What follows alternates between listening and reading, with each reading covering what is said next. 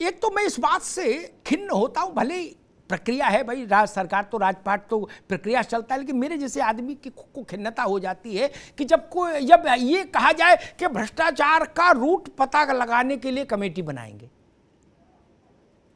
हिंदुस्तान में एक आदमी बता दो जिसको ये ना पता हो भ्रष्टाचार कहां से कहां तक जाता है।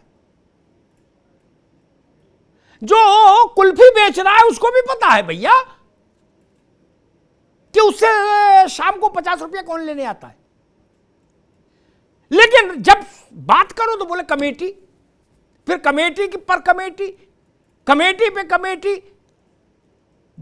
रोस्टेड काजू, पेस्ट्री, अंजीर का जूस चल रहा है, कमेटी बन रही है। एक तो भ्रष्टाचार हुआ अलग, और कमेटी में और 10-5 लाख रुपया टैक्स पेयर का खर्च हो गया। किसको नहीं मालूम भ्रष्टाचार? नावेद शिको मेरी बात से सहमत होंगे। इसी उत्तर प्रदेश ने ऐसे ऐसे करिश्मे देखे। मथुरा में एक कलाकार थे, उनका ऑडियो वायरल हुआ, तमाम घूमे थे ऑडियो के वो क्लिप्स। क्या वो डीजीपी से सीधे कहते थे कि 8 केस ले लिए हैं, क्या रेट लगाऊं? नावेद शिको, गलत तो याद नहीं कि मुझे? आप समझ रहे हैं ना? वो कहते थे भाई 10 लाख ले लो पर हेड, वो कहते नहीं 8 देने को तैयार है। क्या सच्चाई नहीं है आशीष बाबू? सरकार आपकी थी उस वक्त, लेकिन मैं इस बहस में नहीं जाता सरकार किसकी थी। सचिवालय में जो चाय सर्व करता है वो भी नहीं जानता है क्या हो रहा है। क्या जानता है ना? नेता नहीं जानता। वो कहता कमेटी बनाएंगे तब तो पता लगेगा। अमिताभ जी बताइए, अब आपके कहने से थोड़ी ना हो जाएगा, कमेटी तो बनानी पड़ेगी। अब कमेटी को देखने के लिए कमेटी बनानी पड़ेगी, अब उन दोनों कमेटियों को देखने के लिए एक तीसरी कमेटी बनानी पड़ेगी, तब तक चुनाव आ जाएगा। हो गया काम। ये तो सच्चाई है ना। और नौकरशाह गोल गोल घुमा देंगे उनको। क्या ये सच नहीं है कि निजी सचिव, पीएस, एपीएस, ओएसडी, जो प्रजाति है, इसके लिए मारामारी मचती है, दुनिया भर के शोर सिफारिश होते हैं। क्या लखनऊ में ऐसे तमाम लोग नहीं हैं जिन्होंने जीवन काट दिया इसी में, निजी सचिव और अतिरिक्त निजी सचिव होके? उन्हें रहना मंत्री के यहां, किसी कोई सरकार हो कुछ हो, क्या वो एक कॉकस नहीं है पूरा? है। लेकिन मुख्यमंत्री योगी आदित्यनाथ और भाजपा दोनों के लिए बड़ी बात है कि चाहे नावेद शिको हो, चाहे आशीष चतुर्वेदी हो, चाहे डॉक्टर सुधा मिश्रा हो,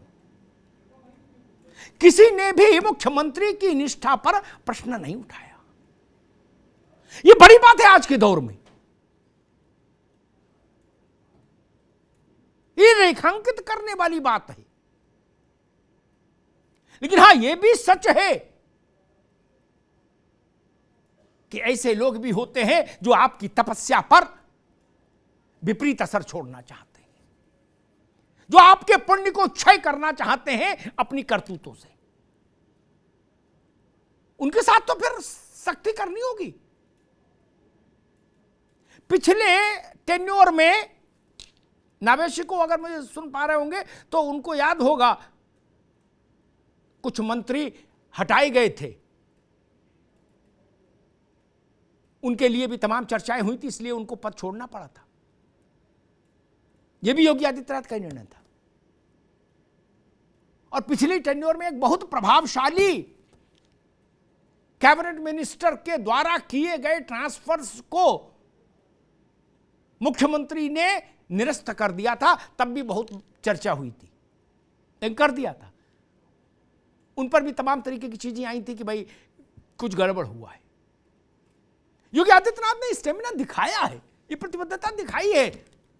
लेकिन ये जो दो दृष्टांत हुए, पीडब्ल्यूडी का और हेल्थ का,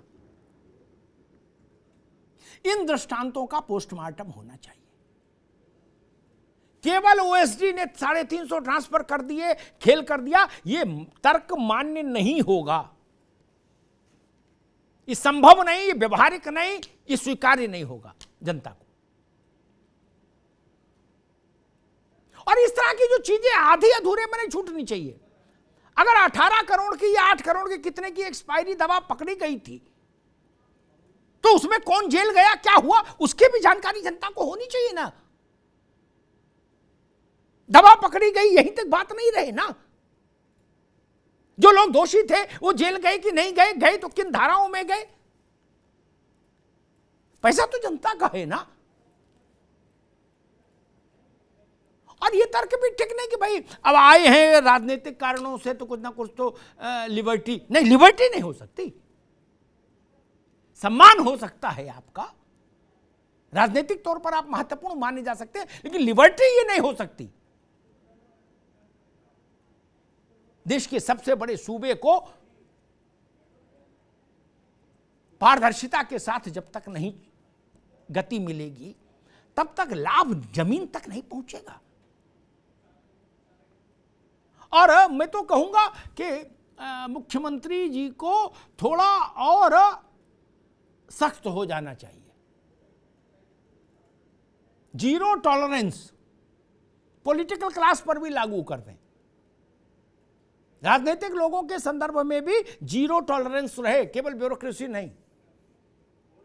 जो भी इस ढंग का प्रपंच में शामिल दिखे वो दंडित होना चाहिए, वो व्यवस्था से हटाया जाना चाहिए। फिर उसका नाम कोई हो, उसका चेहरा कोई हो, उसकी जाति कोई हो, उसका गोत्र कोई हो, उसका धर्म कोई हो, इससे फर्क नहीं पड़ना चाहिए।